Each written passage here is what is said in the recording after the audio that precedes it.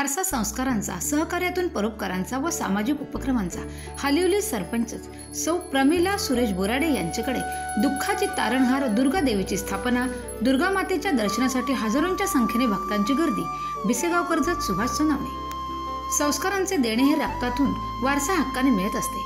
माहेरचा वारसा पुढे सासरी आल्यावर देखील चालवून आपणही या समाजाचे काही देणे लागतो या उद्देशाने सामाजिक उपक्रमातून सहकार्य करून आपल्या पदरी पुण्य घेण्याचे महान कार्य या कलियुगात काही महंतांकडून घडत असते।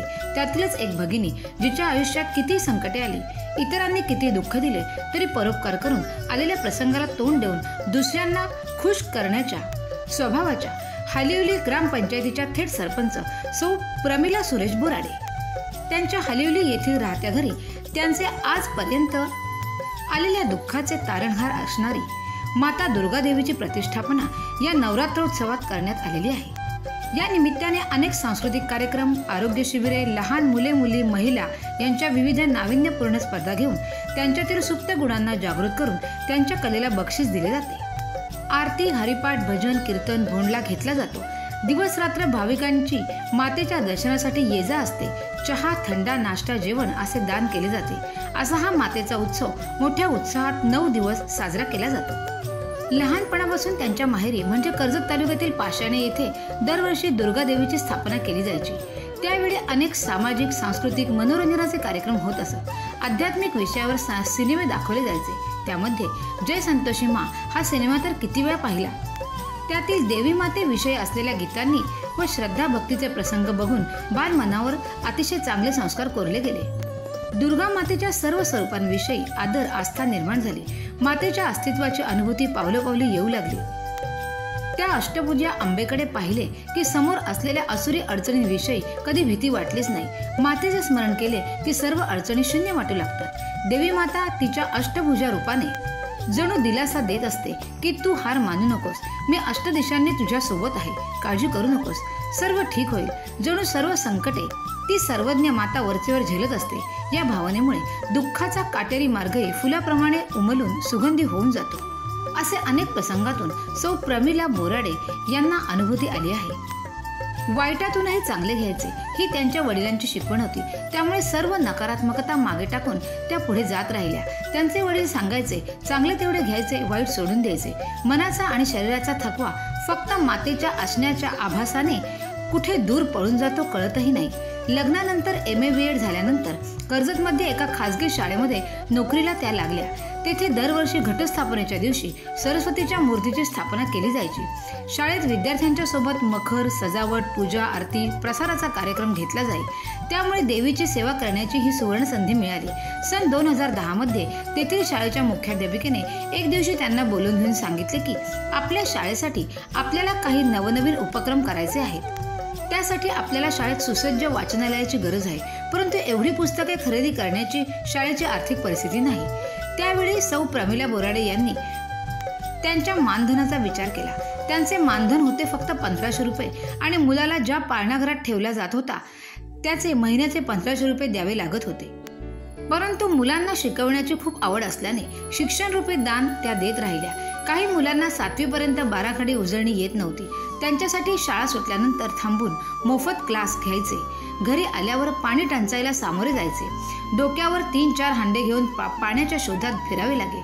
बोगद्यावर कपडे धुण्यासाठी जावे लागे। अशा परिस्थितीत त्यांनी प्रत्येक प्रसंगावर मात केली। सुसज्ज वाचनालयासाठी आपण काय करावे असा रात्रभर विचार केला। भले भीक मागेल, परंतु काही करून मुलांना पुस्तकांची सोय करेल। हा विचार मनात असतानाच एक कल्पना सुचली। आपल्याला भीक मागायची गरज नाही, पुस्तकांसाठी मी आईचा जोगवा मागेन। हो, जोगवा मागेन। लहानपणी देव घटी बसले की आम्ही लहान मुले काही घरी जाऊन जोगवा मागायचो। मनाचा अहंकार घालवण्यासाठी, स्वतःसाठी नाही तर इतरांसाठी म्हणून ठरविले जायचे। आणि मग ठरविले आपण इतरांसाठीच काहीतरी करायचे। आपण इतरांसाठी पुस्तक जोगवा मागायचा, आपल्यासाठी नाही, आपल्या विद्यार्थ्यांसाठी। आणि वर्गातील मुलांचे गट बनवून स्वतः मुलांबरोबर फिरल्या। विद्येचा, ज्ञानाचा पुस्तक रूपी जोगवा मागितला। लोकांना आव्हान केले की जमले तर नवीन, अन्यथा जी पुस्तके तुम्ही अनेक वेळा वाचून झाली आहेत, ज्यांची तुम्हाला गरज नाही, अशी चांगली पुस्तके, महापुरुषांची पुस्तके, दिवाळी अंक, ग्रंथ माझ्या मुलांना द्या। आणि बघता बघता अनेक पुस्तके जमा झाली। ज्ञानेश्वरी, भगवद्गीता यासारखे अनेक मोठमोठे ग्रंथ, महापुरुषांची पुस्तके देखील जमा झाली आणि अवघ्या काही दिवसांमध्ये ग्रंथालय पुस्तकांनी खचून भरले। त्यावेळी जमा केलेल्या पुस्तकांवर जोगवा असे लिहिलेले आहे। आजही त्या शाळेच्या ग्रंथालयात ही पुस्तके उपलब्ध आहेत। सन 2019 पर्यंत हलिवली गावात नवरात्र उत्सव साजरा होत नव्हता। गावातील मुली, महिला बाजारात किंवा भिसेगाव या ठिकाणी नवरात्रीत गरबा पाहण्यासाठी जात असत। 2019 मध्ये झालेल्या निवडणुकीत ग्रामस्थांना दिलेल्या वचननाम्यात अनेक कामांचा उहापोह केला होता। त्यापैकी एक म्हणजे गावाच्या ऐक्यासाठी एकता मंच स्थापन करणार, विविध सांस्कृतिक सामाजिक कार्यक्रमाच्या माध्यमातून कलाकारांच्या कलागुणांना वाव देणार, शिवजयंती, गणेशोत्सव, नवरात्र उत्सव यासारखे उत्सव साजरे करून गावात एकोपा निर्माण करणार इत्यादी अनेक विषय गावासाठी मांडले होते। आणि म्हणूनच 2019 पासून गावात प्रथमच देवीची स्थापना केली आणि ग्रामस्थांचा प्रचंड उत्साह आणि प्रतिसाद या कार्यक्रमास लाभला आहे, तो आजपर्यंत आहे। परंतु आपल्या भक्तीची परीक्षा घेत नाही, आपल्या भक्ताची परीक्षा घेत नाही, त्याला भगवंत तरी कसे म्हणायचे? सन 2020 मध्ये माझे कुटुंबावर आलेल्या संकटामुळे त्याची प्रचिती आली। त्यामुळे पुढील 3 वर्ष प्रचंड संघर्ष, तणावाची गेली। मात्र देवीच्या आशीर्वादाने देवीच्या उत्सवात खंड पडू दिला नाही। 2022 मध्ये पुन्हा एका कठोर परीक्षेला सामोरे जावे लागले। एका पतिव्रतेला तिच्या पतीच्या सुखापलीकडे कोणत्याही सुखाची अपेक्षा नसते, तिचे सौभाग्य हेच तिचे सर्वस्व असते। त्यावेळी माझे सर्वस्व पणाला लागले होते।